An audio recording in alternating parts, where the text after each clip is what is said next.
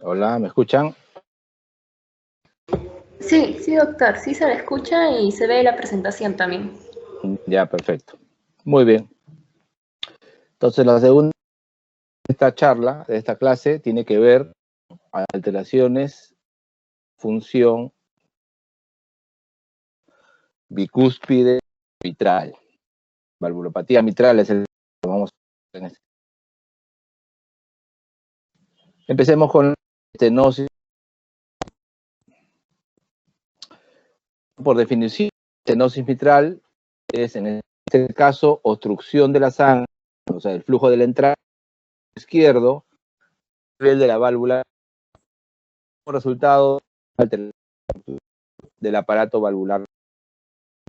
Esta alteración impide esta válvula diastólica.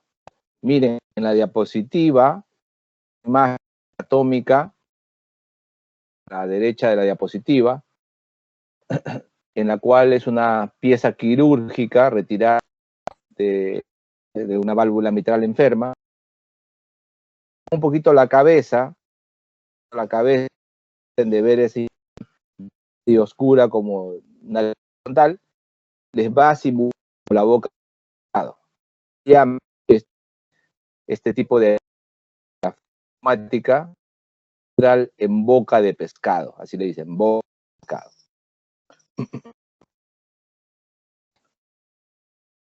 Entonces, la etiología, generalmente, como les decía, problemas valvulares, promedio en Perú, siendo la fiebre reumática, hay que preguntar si de niño, años de la secundaria, en su adolescencia,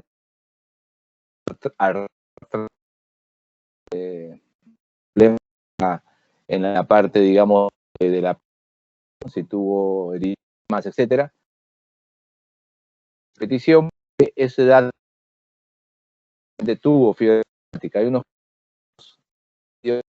para el diagnóstico correcto, criterios de Jones, J-O-N-E-S, de Jones, para la fiebre reumática.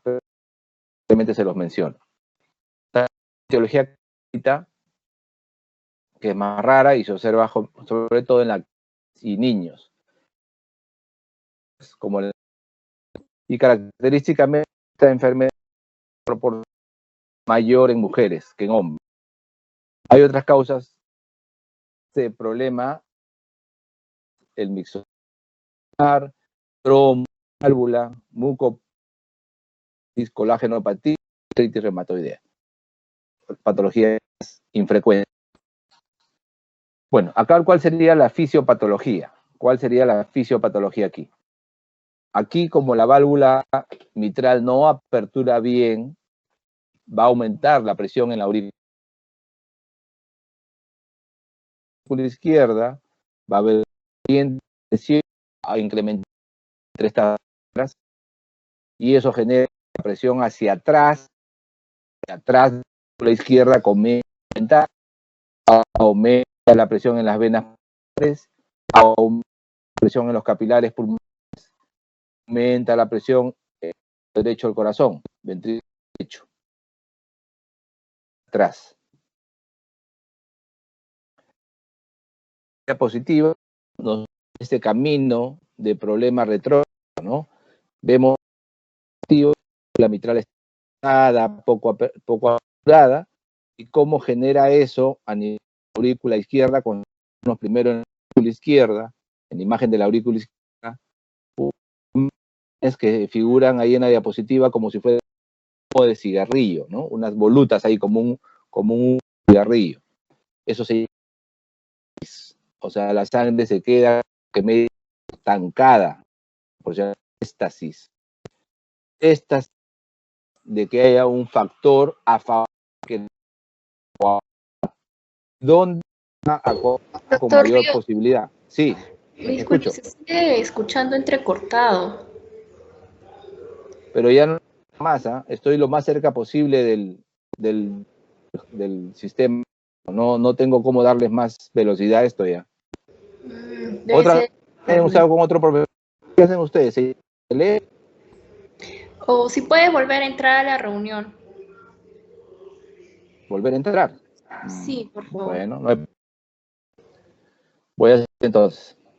Sí, porque al inicio estaba bien. De ahí no sé qué pasó, de ahí se fue entrecortando.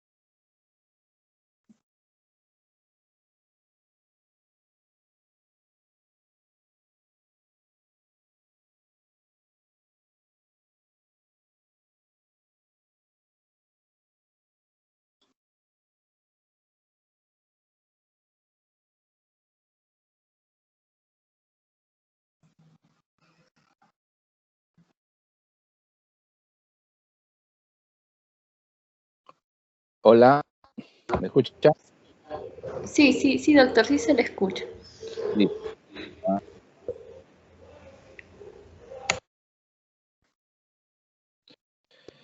Voy a ir desde positiva. Estaba hablándoles de la patología mitral. Les dije, cuando hay estenosis mitral, el problema es la dificultad del paso de la sangre de la aurícula izquierda al ventrículo izquierdo. Eso aumenta tremendamente la presión en la aurícula izquierda. O sea, hay un gradiente de presión importante entre aurícula y ventrículo. Pero esa presión incrementada de la aurícula, ¿hacia dónde se va? Hacia atrás. ¿Hacia atrás dónde estamos hablando? Hacia las venas pulmonares. Y por consiguiente también se va a dar hacia los capilares, hacia el lado derecho del corazón, o sea, el ventrículo derecho también. Esa es la fisiopatología. Y me quedé en esta diapositiva, en la que pedí que se concentren en la parte que esquema de lo que pasa cuando la válvula mitral tiene problemas, velos engrosados, etcétera, dificultad para el paso, acortamiento y difusión de cuerdas, lo que haya originado ese cierre. El problema es que la sangre en la aurícula izquierda tiende a empozar. Eso se llama éstasis. Se ve en la diapositiva como una especie como de humo de cigarrillo dentro de la aurícula izquierda. Y esta éstasis lleva a un estado de procoagulación, o sea, favorable a favorable a la trombosis. ¿Dónde es que se genera en la aurícula trombosis? Parte anatómica que tenga la mayor lentitud de flujo. Anatómicamente, la zona de la aurícula que tiene mayor lentitud de flujo, apéndice auricular, fue la izquierda. Por lo tanto, en esa orejuela izquierda es donde tienden a formar los trombos. Y los trombos se pueden desprender, y como está en la circulación sistémica, lamentablemente los trombos pueden ir a cualquier parte, al cerebro, al riñón, al mesenterio. Entonces, puede originar muchos problemas, obstruyen el vaso arterial y por generan pues una catástrofe. Bueno, como al izquierdo, entonces el gasto cardíaco caer, el gasto cardíaco comienza a disminuir. Y en el ventrículo, y entonces cuando el ventrículo se contrae, está menos sangre por la aorta. Eso es hacia adelante. ¿Atrás qué pasa? Bueno, evidentemente hay una dilatación de la aurícula izquierda. Esa dilatación de la aurícula izquierda aumenta la presión también allí, ¿no? Y se transmite hacia atrás. Entonces aumenta la presión en venas pulmonares, ¿no? Aumenta la presión también en los capilares pulmonares, hipertensión pulmonar. Esta te va a llevar a hipertrofia ventricular derecha, ¿no? Te va a dilatar el ventrículo derecho, funcionalmente la válvula de coaptar bien, lleva a una rehabilitación tricular. Problemas.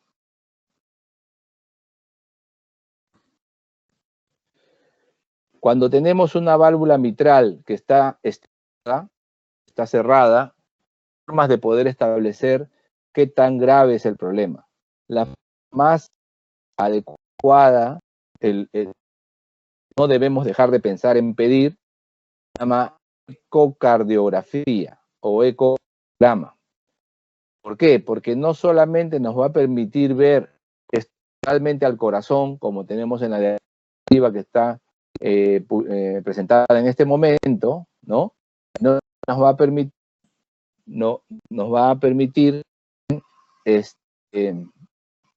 determinar por una técnica que se llama Doppler, qué tan severo este problema, qué tan grave es. Va a depender de la estructura del problema y la afectación hemodinámica. Esta afectación hemodinámica se puede determinar por el ¿no? Grado leve, grado severo. En el grado leve, el área que se detecta es mayor de 1,5 metros cuadrados. Realmente la válvula mitral, altura que va del 4 centímetros, 1,5 centímetros cuadrados, cuando es una estenosis mitral, ¿no? El área 5, el gradiente medio es menor de 100 milímetros de mercurio y la presión pulmonar es menor de 30 de mercurio. Cuando hablamos de el área ya se reduce más, el área está entre 1,0 a 1,5 metros cuadrados, la gradiente que hay en ventrículos y ventrículos, gradiente izquierda y ventrículo, gradiente medio, pasa entre 5 a 10 de mercurio, y la sistólica de la arteria pulmonar está entre 30 a 50. Y finalmente, la estenosis severa es cuando el área es menor de 1 centímetro cuadrado, la gradiente es superior a 10, y cuando la presión de la arteria pulmonar es mayor a 50.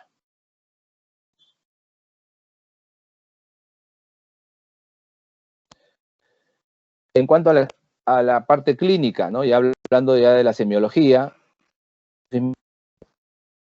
buscar antecedentes de fiebre reumática, como les expliqué, es bien común en nuestro medio. El paciente nos puede referir que tiene fatiga por bajo gasto, que desarrollen palpitaciones, porque esta patología de estenosis se asocia mucho con arritmias, porque hay dilatación importante de la aurícula izquierda, entonces puede inclusive hasta fibrilación auricular. Puede haber hemoptisis, puede haber disfonía por compresión del nervio laringeo, por hipertensión en la arteria pulmonar, y que de trombosis, de cardioembolia, puede haber accidente vascular cerebral. Signos neurológicos. La disnea es el síntoma más importante, en este caso, por de la presión en la aurícula que se dirige hacia el lecho veno-capilar, causando congestión pulmonar. Puede haber hemoptisis por ruptura de las venas varicosas. Es una arritmia que se llama fibrilación auricular, y puede haber embolismo sistémico. Les dije que podía ir al cerebro, ¿no? O sea, signos neurológicos, y a otras partes también. Más tenemos el dolor torácico, que como generalmente te traduce hipertensión pulmonar severa. Tenemos también insuficiencia caracterizada por ingurgitación yugular, edemas, dolor en hipocondrio derecho, ictericia, ¿no? Datos de afectación hepática. En el examen físico, estenosis mitral, característicamente encontramos fases, que es muy importante describirla, se llama fase mitral. Los libros le van a encontrar como fase color de francés.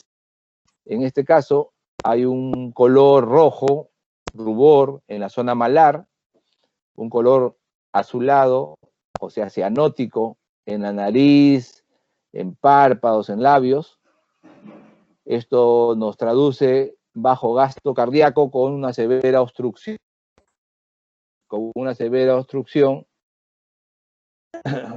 De arteriolar. El pulso venoso yugular mostrando una onda A prominente, parecido a lo que les expliqué cuando hablamos de estenosis tricuspidia. Tenemos la presión arterial que puede estar generalmente baja, la verdad, más que normal, tiende a la baja porque hay bajo gasto, que va a desplazar con impulso ventricular derecho, ¿no? Sobre todo en la zona del epigastrio, en la zona succifoidea, ahí vamos a ver impulso ventricular. Hablando del se explica hay bastante importante en la estenosis mitral. Facies, reconocemos uno de los pómulos malar, hay un cierto enrojecimiento, ¿no? Como si fuera chaposa. En la zona ¿no? ¿no? En la labial podemos encontrar un tono azul, un cianótico azulado, y palidez en la piel. Tinte, ¿no? Eso se llama color, fases de francesa, ¿no? Rojo, azul y blanco, ¿no? O rojo, blanco, facies tricolor. En la exploración palpación podemos encontrar un límite tólico en el ápex, límite diético en el ápex, o sea, con la cuando palpamos en la punta, en la zona del choque de la punta, tenemos una vibración en diástole. Y en la auscultación, la estenosis mitral te da un fenómeno auscultatorio típico, ¿ya? Que tiene 4 componentes. 4 componentes de la cadencia auscultativa de estenosis mitral generalmente pregunta examen, así que prestar atención. Primer ruido aumentado. El primer retorno intenso. Tienes tejido de apertura, la mitad de abrir, chasquido de apertura después del segundo ruido. Tienes un soplo en rodamiento, soplo diastólico en la fase media de la diástole. Y el soplo va bajando y al final de la diástole, coincidente con el soplo otra vez. Eso se llama refuerzo presistólico. Entonces, si les pregunto el examen, ¿cuáles son los auscultatorios? Ustedes han comentado chasquido de apertura, soplo diastólico con rodamiento y refuerzo presistólico. ¿Ya? Entonces, esto se ausculta mejor en el foco mitral. Algunas veces se puede desviar, ¿no es cierto?, hacia la axila. En estos casos, ya esta estenosis mitral tiene cierto tiempo, puede comprometer ya el lado derecho, como explicamos en la fisiopatología, dilatación del tronco de la pulmonar, la válvula pulmonar insuficiente. Eso da un origen que tiene nombre, que es un soplo de insuficiencia pulmonar, se llama soplo de Graham-Still. En la placa de tórax, que es lo que vamos a notar que el borde derecho distendido, la vesícula derecha, derecho, ¿no? Pulmonar, la aurícula izquierda, pero el ventrículo izquierdo.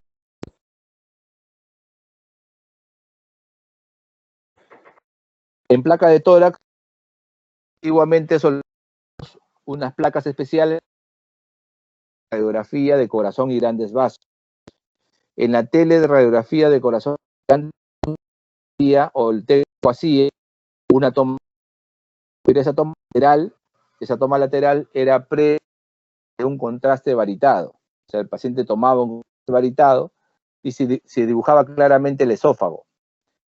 estas placas, en estas fotografías, cuando había estenosis mitral, se dilataba tanto, o de al esófago, desplazamiento posterior, inclusive hacía dificultades un poquito.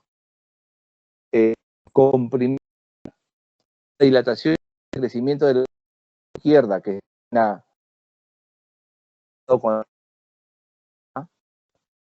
a la izquierda, este crecimiento comprimía el nervio laringente y muchos pacientes tenían disfonía muy marcada, casi afonía en la voz, ya hasta acá tenían. En el electrocardiograma, no todos los datos eran favorables al crecimiento izquierda, con la presencia de una P ancha, la onda P, que en el electrocardiograma es cerca de la activación auricular. Bueno, se tomaba más tiempo por el crecimiento de la aurícula izquierda, traducía una onda ancha, y esa ancha no solamente era ancha, sino que tenía escotadura al medio, fuera una M, como la M, mitral. También notamos signos de crecimiento del ventrículo derecho y la aparición de arritmias.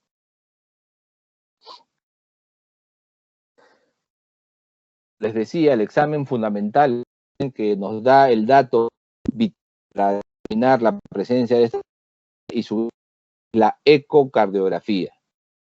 La ecocardiografía de la anatomía.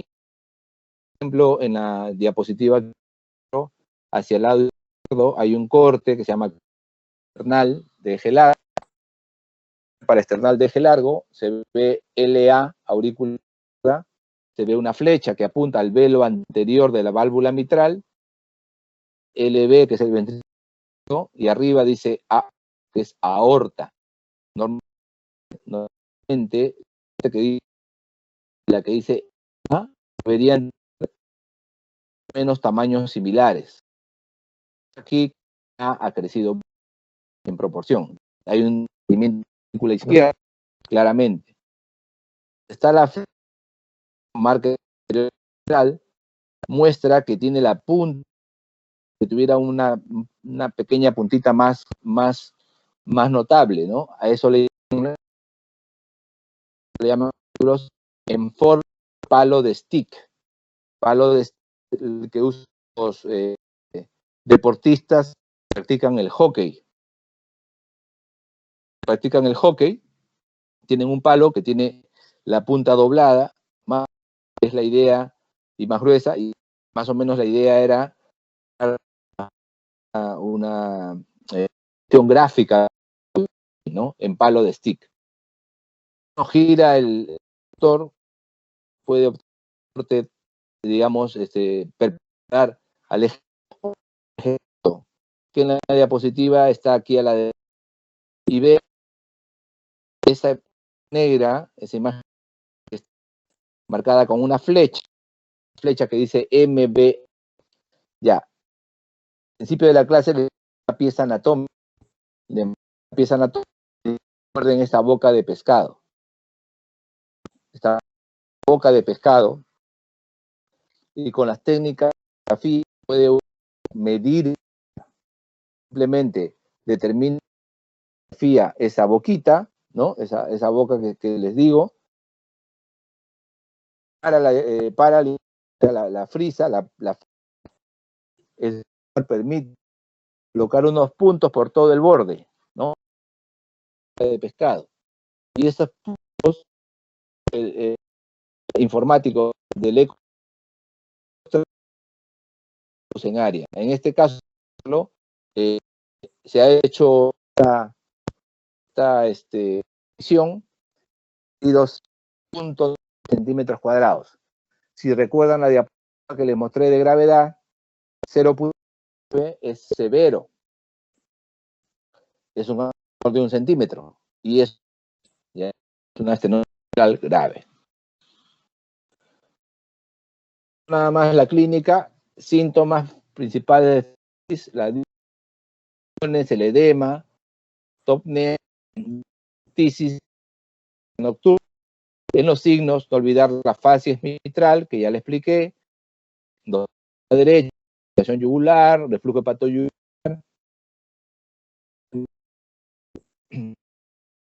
la oscuración, la estenosis mitral, se deben olvidar, primer ruido aumentado, chasquido de apertura, soplo diastólico, esfuerzo presistólico, la arritmia, los crepitantes, ascitis. Tiene que ver con la insuficiencia mitral. Bueno, en la insuficiencia el problema es que hay competencia de la válvula mitral de la sangre, ¿no es cierto? Hemos dicho que normalmente debería permitir solamente el flujo anterior.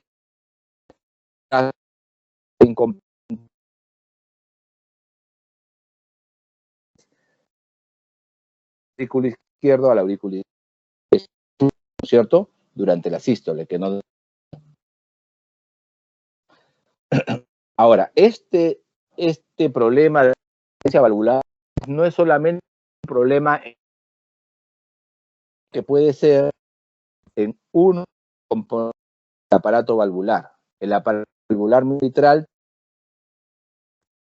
tiene el anillo mitral, tiene los valvulares, las casas, a los y también al cardio en sí a través de músculos que se llaman los músculos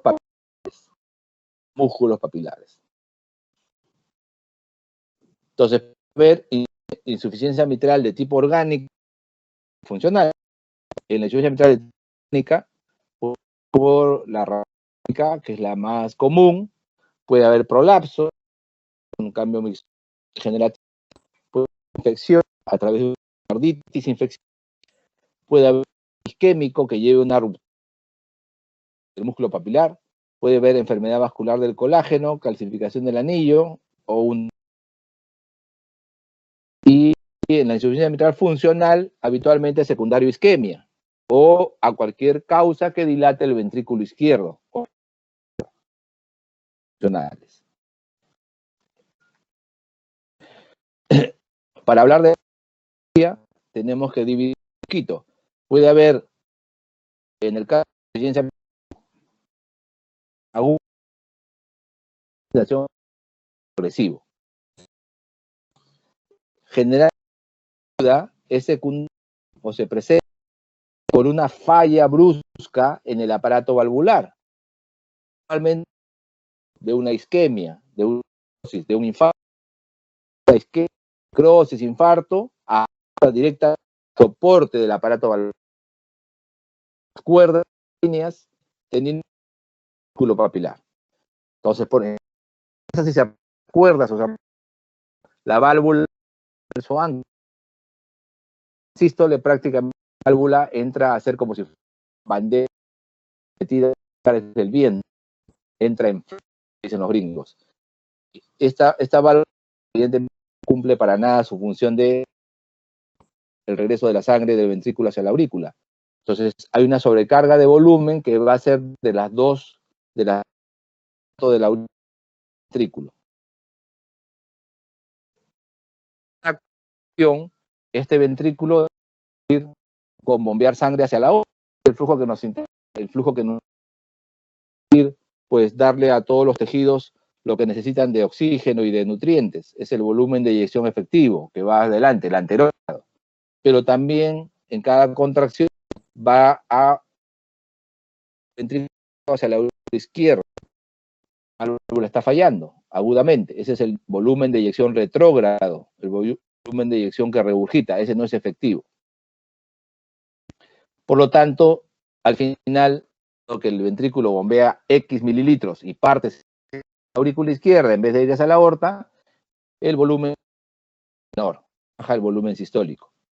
En el caso de la aurícula izquierda, esta sobrecarga de volumen está causando no solamente que bruscamente este aumento de presión, ¿no?, va a dificultar va a dificultar tremendamente el drenaje de la sangre que viene de los pulmones a través de las venas pulmonares, causando que la presión en el capilar pulmonar se pare bruscamente. Y eso nos causa una congestión pulmonar que en sentido gráfico es un edema agudo de pulmón, un edema agudo de pulmón cardiogénico, ¿ya? Un edema agudo de pulmón. Es una complicación muy, muy grave de un infarto de miocardio. Más bien, si por ejemplo la etiología es reumática, no es el caso de la fisiopatología anterior, sino es una presentación más lenta en el tiempo de este daño valvular, puede haber una fase crónica, ¿no? Puede haber una cierta cronicidad. Entonces, esta es la insuficiencia mitral que se desarrolla por largos años, y en algunos casos son los pacientes que estaban en el caso anterior, que era agudo, pero fueron manejados adecuadamente y sobrevivieron, ¿no? Y sobrevivieron. Entonces, hay una fase crónica compensada, ¿no? Una fase crónica compensada. Esta fase crónica compensada, perdón, se va a dar tanto en el ventrículo izquierdo como en la aurícula izquierda. En el ventrículo izquierdo nos va a llevar a hipertrofia excéntrica, y esta hipertrofia excéntrica le va a permitir al ventrículo adaptarse al volumen de sobrecarga, a ese volumen que era mayor, ¿no? ¿Por qué? Porque va a haber un aumento del volumen diastólico y además va a haber hipertrofia. O sea, va a aumentar el volumen que es capaz de eyectar ese ventrículo. Hemos dicho que aquí tiene que eyectar sangre hacia la aorta, pero también regurgita sangre hacia la aurícula. Entonces, si aumenta el volumen, aun cuando buena parte vaya hacia la aurícula, sin embargo, hacia adelante puede ser suficiente para compensar, ¿no? Aumenta el volumen de expulsión. Y en el caso de la aurícula izquierda, ya la aurícula izquierda tiene tiempo, a diferencia del proceso agudo, de dilatarse. Entonces, hay sobrecarga de volumen, es cierto, pero es tan gradual que la aurícula la va acomodando, poco a poco va creciendo, va dilatando su tamaño, su cavidad, y esta dilatación de la aurícula va a permitir que haya disminución en la presión del llenado, y eso va a permitir que se descongestionen los pulmones. ¿Por qué? Porque mejora el drenaje de las venas pulmonares. Entonces, evidentemente el paciente va a tener menos signos y síntomas de congestión pulmonar. Y una tercera posibilidad, hablando de fisiopatología, es que un paciente que alcanzó cierto grado de estabilidad crónica se descompense. ¿Y por qué se descompensa? Porque el ventrículo izquierdo comienza a tener alteraciones en su función.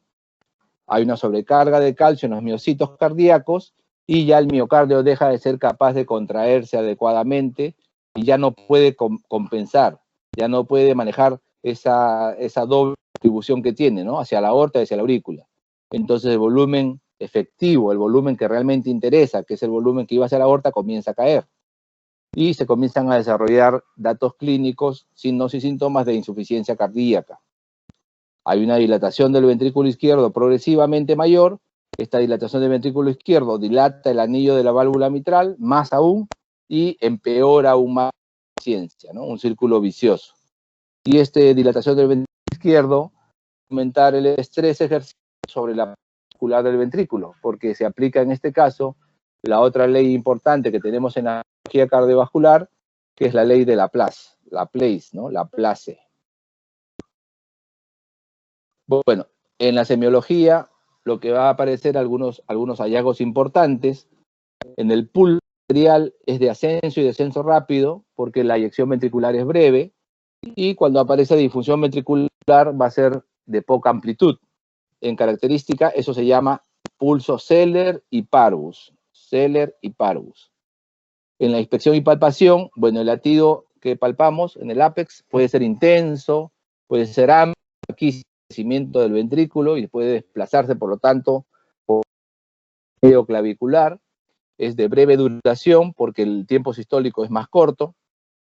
Puede haber un pseudo Dressler, o sea, compromiso del ventrículo porque el corazón se desplaza hacia adelante, porque regula hacia la aurícula izquierda y como hemos dicho, va a empujar el corazón, o sea, va a desplazarse hacia adelante, y eso se llama Dressler, y podemos encontrar, si es intenso, un frémito sistólico a nivel sistólico. Y en la auscultación, bueno, el primer ruido puede estar normal en las formas leves, pero en las formas graves ya puede empezar a disminuir. El segundo ruido cardíaco puede presentar un desdoblamiento. ¿Por qué? Porque se puede adelantar el componente aórtico. Recordemos que el segundo ruido es producto del cierre de las sigmoideas aórtica y pulmonar, primero la aorta y después la pulmonar, pero si se adelanta el cierre aórtico puede desdoblarse, ¿no? Puede encontrarse como que el segundo ruido se ajusta en dos tiempos. Puede aparecer el tercer ruido, que ya lo describí en el producto del llenado ventricular abrupto, ¿no?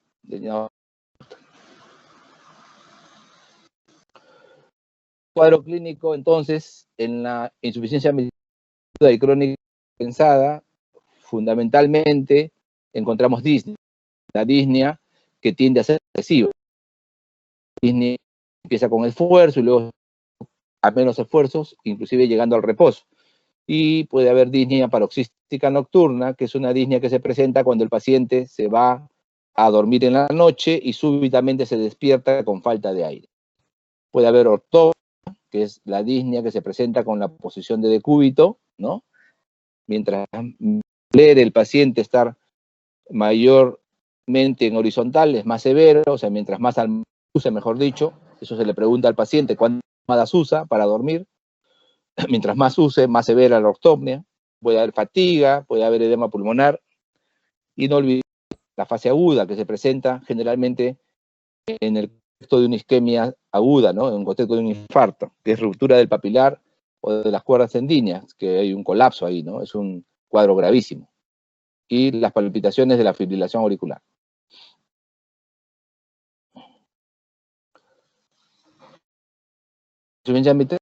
Habíamos visto de que el problema era de la sangre, lo izquierdo a la aurícula izquierda, con dilatación de la aurícula, le incrementado al ventrículo y lo dilata también, ¿no? Y lo dilata también. En la clínica habíamos ya revisado congestión pulmonar, ¿no? Hipertensión pulmonar, el gasto cardíaco es insuficiente, puede haber hemoptisis y embolias sistémicas, y en el examen físico, no olvidar la ortopnea, el paciente puede lucir adelgazado con signos de vasoconstricción, piel fría, piel húmeda, ¿no? Y signos de bajo débito cardíaco, con un tiempo de llenado capilar lento. El soplo es sistólico, en este caso el soplo es sistólico, y abarca toda la sístole, desde el primero hasta el segundo ruido. Soplo holosistólico mitral, ¿no? Soplo holosistólico mitral. Si tenemos sospecha de insuficiencia mitral, por la clínica que hemos dicho, como les decía, la ecocardiografía es muy, muy importante para la decisión. ¿Por qué? Porque nos permite establecer la causa del daño valvular y también su severidad. Entonces podemos decidir rápidamente si el paciente puede pasar a un tratamiento quirúrgico o se le puede hacer un seguimiento clínico.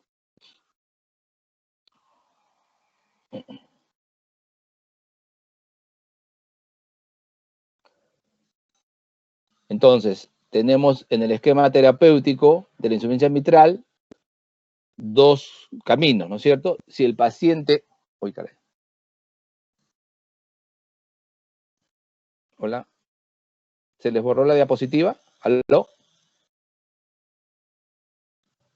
Sí, doctor. ¿Aló? Estamos en esquema terapéutico de insuficiencia mitral. Ya, ok, perfecto. Entonces, en el esquema terapéutico de la insuficiencia mitral, básicamente el camino que marca qué hacer con el paciente es si tiene síntomas o si no tiene síntomas.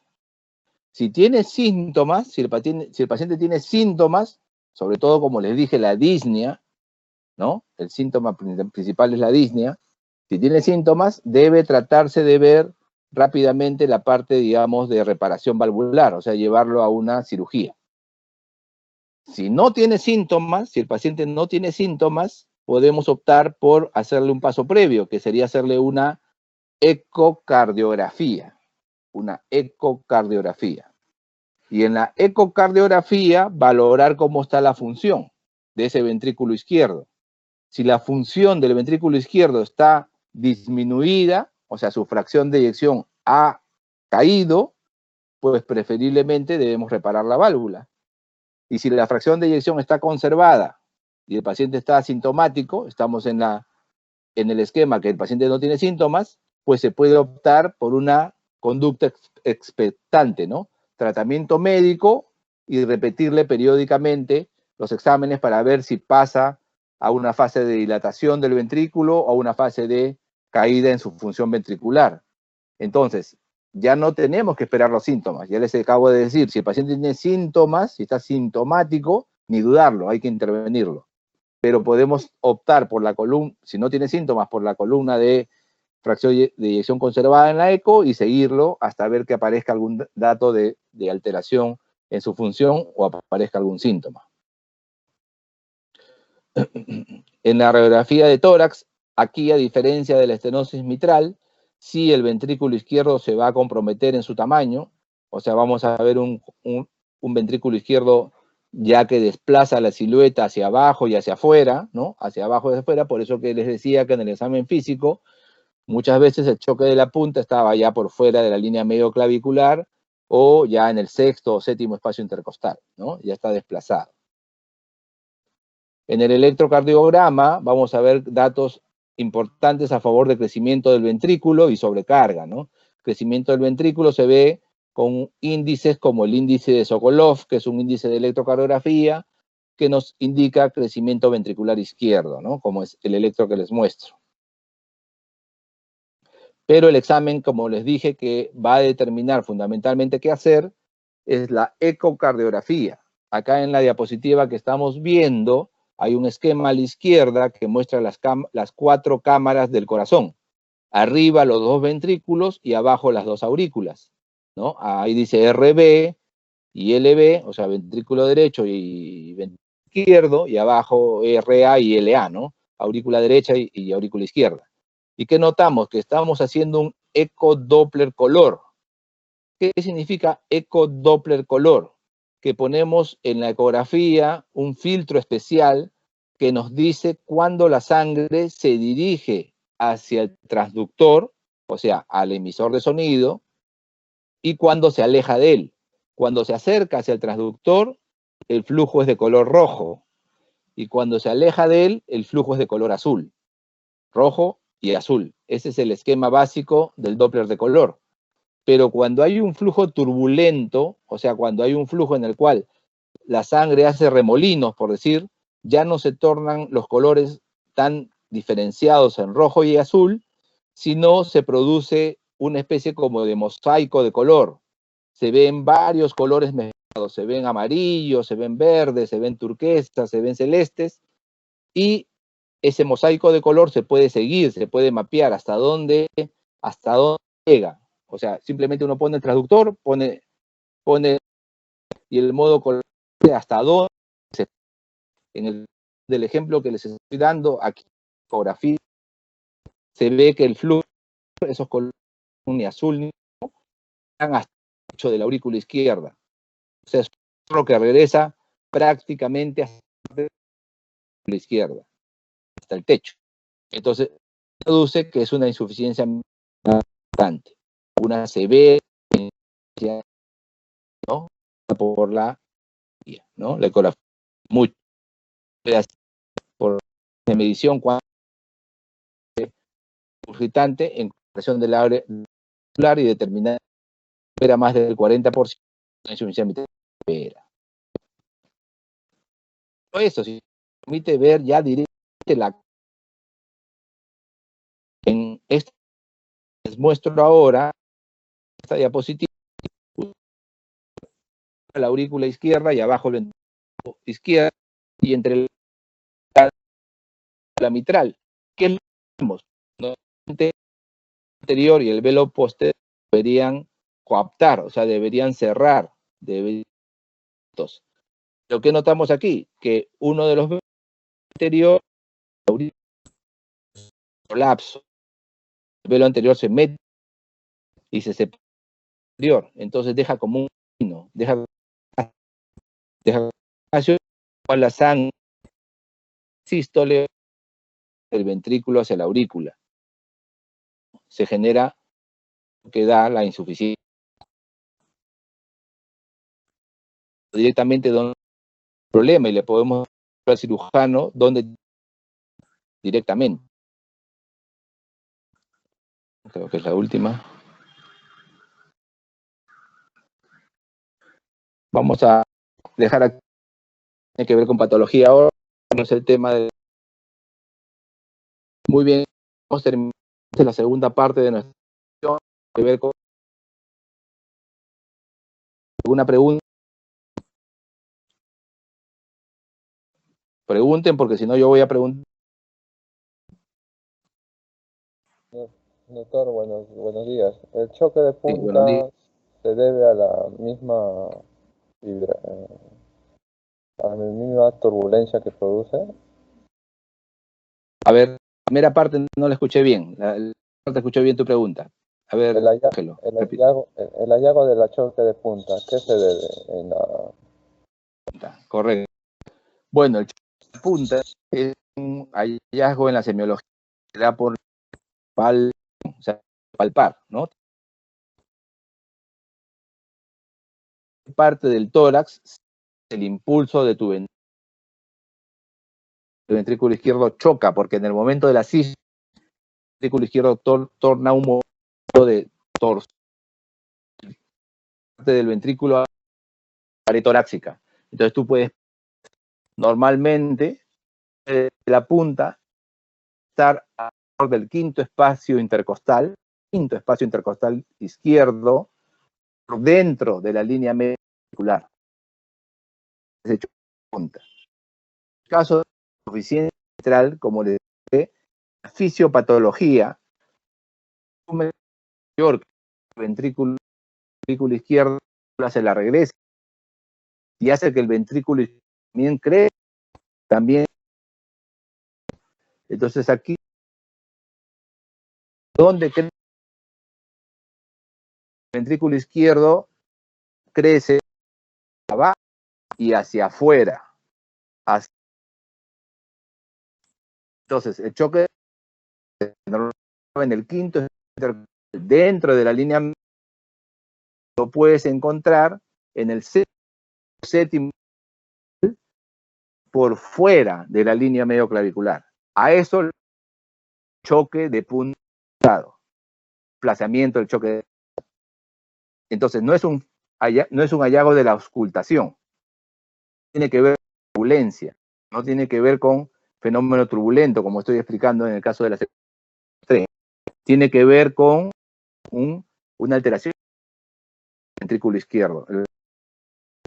Y se desplaza. Cuando lo palpes, de la punta, ese choque que con la sístole al contacto, lo vas a encontrar, como te digo, por fuera de la línea medioclavicular, en el séptimo espacio. Que hay dilatación del ventrículo izquierdo de patología. Es un hallazgo de tu palpación. Para eso te sirve punta. Para el grupo, hallazgos de la estenosis.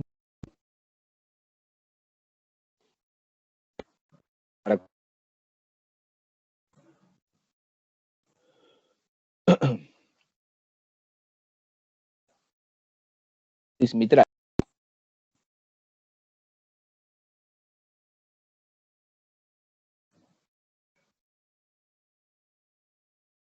Primer chascatura, soplo diastólico en rodeamiento y refuerzo pélvico. ¿Cuáles son los componentes del aparato valvular mitral?